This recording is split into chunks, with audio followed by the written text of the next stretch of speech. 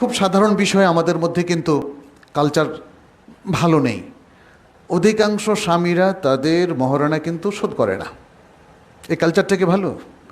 অধিকাংশ ফ্যামিলি তাদের উত্তরাধিকার সত্ত্ব মৃত্যুর পরপর খুব দ্রুততম সময়ে বন্টন করে না, এবং বিশেষ করে মেয়েদেরকে ঠকানো হয়। অধিকাংশ সম্পত্তি বন্টনের ক্ষেত্রে তারা ভ্যালুর দৃষ্টিতে করে না। একজন ওয়ারিস আরেকজনকে ঠকানোর একটা প্রবণতা আছে। সব সম্পত্তির দাম তো সমান না।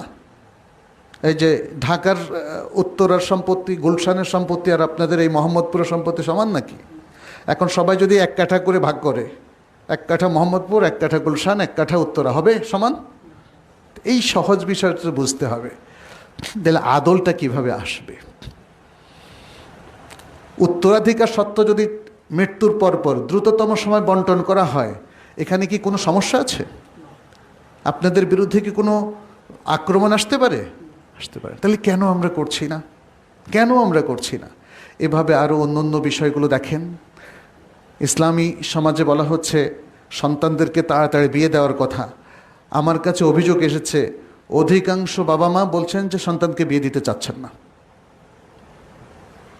অনেক মেয়েরাও অভিযোগ করছে যে বাবা, তার বয়স 25-26, বাবা এখনও তাকে বিয়ে দিচ্ছেন না। এগুলো কিন্তু সবই জুলুম, এগুলো সবই জুলুম। আমরা ভালো সুন্দর ইসলামিক কালচারের কথা বলছি, তাহলে ব্যক্তিগত জুলুমগুলো বন্ধ করেন, পারিবারিক জুলুমগুলো বন্ধ করেন, এবং ইসলামের দিক নির্দেশনা মেনে চলেন। ইসলাম প্রত্যেকটা জায়গায় সুন্দর, ন্যায়পূর্ণ, পবিত্র জীবনযাপনের যথেষ্ট নির্দেশনা দিয়েছে। সুতরাং আমরা যদি আজকে সেই নির্দেশনাগুলো মেনে চলি, তখনই কালচারটা সুন্দর হতে পারে, ন্যায়পরায়ণতা প্রতিষ্ঠিত হতে পারে।